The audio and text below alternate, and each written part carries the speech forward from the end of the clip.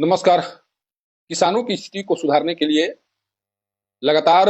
सरकारी योजनाओं को लॉन्च किया जाता है। उन योजनाओं को किसानों तक पहुंचाने की बात भी कही जाती है, लेकिन सच्चाई क्या है, किस तरह से सरकार की तमाम योजनाएं किसानों तक पहुंच पाती हैं, ये सभी लोग जानते हैं। 2019 के चुनाव को जीतने के बाद प्रधानमंत्री नरेंद्र मोदी ने भी 2022 तक किसानों की आय को दुगना करने की बात कही थी, लेकिन आज तक किसानों की स्थिति क्या रही, किस तरह से किसानों की स्थिति सुधर सकी है, इसको भी सभी लोग जानते हैं। और इसके पीछे जो कारण है वो यही है कि सरकार के द्वारा चलाई जा रही तमाम योजनाओं को धरातल पर उतारने के लिए जो भी अधिकारी हैं वो ईमानदारी पूर्वक काम करते हुए नजर नहीं आते हैं। किसानों की बेहतरी को लेकर सबसे बड़ा जो कार्य करने की कोशिश सरकार के द्वारा की जाती है वो ये होती है कि उनके उत्पाद को सही मूल्य मिल सके और उनके उत्पादों को बिचौलियों से बचाया जा सके, और बिचौलिए जो किसानों की हकमारी करते हैं उन हकमारियों पर कहीं न कहीं विराम लगाया जा सके, इस तरह की कोशिश सरकार करती है। लेकिन सच्चाई सभी को पता है और इसी सच से पर्दा उठाने की कोशिश आज मैं इस खबर के माध्यम से करूंगा। प्रत्येक साल 15 नवंबर के बाद सरकार की ओर से बिहार में धान की खरीदारी की बात कही जाती है और दावा किया जाता है कि सरकार की ओर से धान की खरीदारी तो शुरू कर दी जाती है, लेकिन किसानों के उत्पाद तैयार नहीं होते हैं, जिस कारण से खरीदारी नहीं हो पाती है, खरीदारी करने में समस्या आती है। लेकिन सच्चाई क्या है, जब आप गाँव में जाएंगे, किसानों के पास जाएंगे, खेत खलिहान में पहुंचेंगे, तब पता चलेगा कि दरअसल सच्चाई क्या है। अभी भी सरकार के द्वारा 15 नवंबर के बाद धान की खरीदारी का दावा किया गया है और उसको लेकर पैक्स समितियों का चयन भी कर लिया गया है, लेकिन किसानों के उत्पाद खेत में पड़े हुए हैं, वहां तक सरकार की एजेंसियां नहीं पहुंच पा रही हैं। और जब किसान पैक्स समितियों के पास जा रहे हैं, उनके चेयरमैन के पास पहुंच रहे हैं, तो कई तरह के बहाने बनाकर उनके उत्पाद को खरीदने से कहीं ना कहीं मना कर दिया जा रहा है, उनके उत्पादों को नहीं खरीदा जा रहा है। बताया जा रहा है कि इसके पीछे एक बहुत बड़ा सिंडिकेट काम कर रहा है और इस सिंडिकेट के माध्यम से पैक्स समितियां बहुत बड़ा मुनाफा कमा रही हैं और इसी मुनाफे को ध्यान में रखकर समय पर किसानों के उत्पाद की खरीदारी नहीं हो पा रही है। कुछ किसानों से मेरी बात हो रही थी तो बताया जा रहा था कि एक पूरा सिस्टम तैयार किया गया है पैक्स समितियों के द्वारा और उस सिस्टम में कहीं ना कहीं जो गैर रैयती किसान है वो मददगार साबित हो रहा है और गैर रैयती किसानों के द्वारा रैयती किसानों की हकमारी की जा रही है। धान खरीदारी को लेकर जो नियम बनाए गए हैं गैर रैयती किसानों के मामले में, उसमें यह कहा गया है कि अगर कोई भी गैर रैयती किसान अगर धान बेचता है तो इसके प्रमाण के तौर पर किसी वार्ड पार्षद सदस्य या अन्य जो प्रतिनिधि हैं उनसे लिखवा कर दे सकता है, प्रमाण के तौर पर वो सबूत माने जाएंगे। और इस तरह का कार्य जो है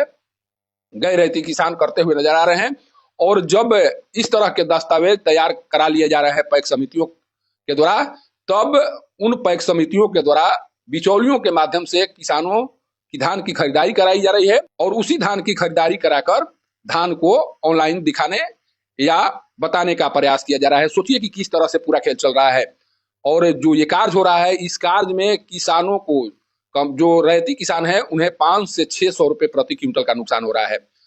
रैयती किसानों से धान की खरीदारी बिचौलियों के माध्यम से कराई जा रही है और उस बिचौलियों के माध्यम से पैक्स समितियों तक धान को पहुंचाया जा रहा है और उस धान को गैर रैयती किसानों से खरीदारी की बात कही जा रही है, उसके दस्तावेज दिखाए जा रहे हैं और उसी दस्तावेज के आधार पर जो भी पैक्स समितियां हैं वो कम से कम 500 से 600 प्रति क्विंटल का मुनाफा कमा रही है और ये खेल बड़े पैमाने पर रोहतास जिले में जारी है। इस तरह का जो चक्र तैयार किया गया है, इस चक्र के माध्यम से रैयती किसानों का शोषण हो रहा है और इस पूरे खेल को तमाम अधिकारी समझ रहे हैं कि किस तरह से रैयती किसानों को परेशान किया जा रहा है, किस तरह से रैयती किसान अपने उत्पाद को तैयार करके खेत में खरीदारी का इंतजार कर रहे हैं, लेकिन पैक्स समितियों के द्वारा खरीदारी नहीं किया जा रहा है, बल्कि पैक्स समितियों के द्वारा बिचौलियों के माध्यम से किसानों के उत्पाद को अपने यहाँ मंगवाया जा रहा है और उसी उत्पाद को कहीं ना कहीं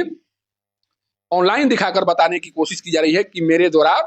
धान की खरीदारी प्रारंभ कर दी गई है, जबकि जो भी उत्पाद हैं वो बिचौलियों के माध्यम से पैक्स समितियों के पास पहुंच रही है, कारण कि बिचौलियों के द्वारा प्रति क्विंटल 17 या 1800 रुपए का भुगतान किया जा रहा है रैयती किसानों को, और कुछ लाभ लेने के बाद इन बिचौलियों के द्वारा धान को पैक्स समितियों को बेच दिया जा रहा है। और ये मुनाफा का जो खेल चल रहा है, इस मुनाफे के खेल में किसानों की परेशानी बढ़ती हुई नजर आ रही है, और इसीलिए किसानों के उत्पाद की खरीदारी नहीं हो पा रही है। सोचिए कि किस तरह से पैक्स समितियां, जो किसान हैं, जो वास्तव में खेती किए हुए हैं, उनके फसलों को सीधे तौर पर नहीं खरीदकर बिचौलियों के माध्यम से खरीदारी कराकर उस धान को अपने पास मंगवा रही है, और उस धान से किस तरह से मुनाफा कमा रही है। और उस पूरे खेल में जो गैर रैयती किसान है, उनके द्वारा सहयोग किया जा रहा है, और इन तमाम मामलों की जांच होनी चाहिए। जिस तरह से किसानों के द्वारा बातें बताई जा रही है, जिस तरह से किसानों के द्वारा अपने दर्द को बताने की कोशिश की जा रही है, इन तमाम बातों की जांच प्रशासनिक स्तर से होनी चाहिए कि क्या वाकई में गैर रैयती किसानों को हथियार बनाकर रैयती किसानों का शोषण किया जा रहा है पैक्स समितियों के द्वारा। क्या जो दस्तावेज दिए जा रहे हैं गैर रैयती किसानों के द्वारा, वो दस्तावेज सही है? जिनके द्वारा धान बेचने का दावा किया गया है, क्या उनके द्वारा खेती की गई थी, फसल उगाए गए थे? इन बातों की जांच होनी चाहिए। जो भी दस्तावेज दिए जा रहे हैं, उन दस्तावेजों के आधार पर उन गैर रैयती किसानों की स्थिति की जांच होनी चाहिए, और पता लगाया जाना चाहिए कि जिन गैर रैयती किसानों के द्वारा धान बेचने का दावा किया जा रहा है, उनके द्वारा खेती की गई थी, नहीं की गई थी। इन बातों की जांच होनी चाहिए, और जब जांच होगी तब पता चलेगा कि जिनके द्वारा, जिन गैर रैयती किसानों के द्वारा धान बेचने का दावा किया गया है, वाकई में उनके द्वारा फसल उगाई गई थी, फसल लगाई गई थी। इन बातों की जानकारी ली जा सकती है, और जब इस तरह का कार्य प्रारंभ किया जाएगा, तब जो किसान हैं, वास्तविक किसान हैं, जो फसल तैयार करके इंतजार कर रहे हैं समितियों के द्वारा खरीदारी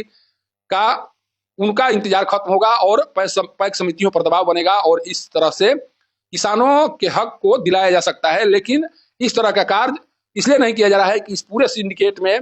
गैर रैयती किसान से लेकर पैक्स समिति और अधिकारी भी संलग्न है, और उनके द्वारा कोशिश की जा रही है कि वास्तविक जो उत्पादक है, जो वास्तविक किसान है, उनकी फसलों को खरीदारी न की जा सके, फसलों की खरीदारी में विलंब किया जा सके, ताकि किसान बेचैनी में आकर बिचौलियों को धान बेचे, और उसी बिचौलियों के माध्यम से धान की खरीदारी पैक्स समितियां करे। इस तरह का पूरा चक्रव्यूह तैयार किया गया है, और इस चक्रव्यूह को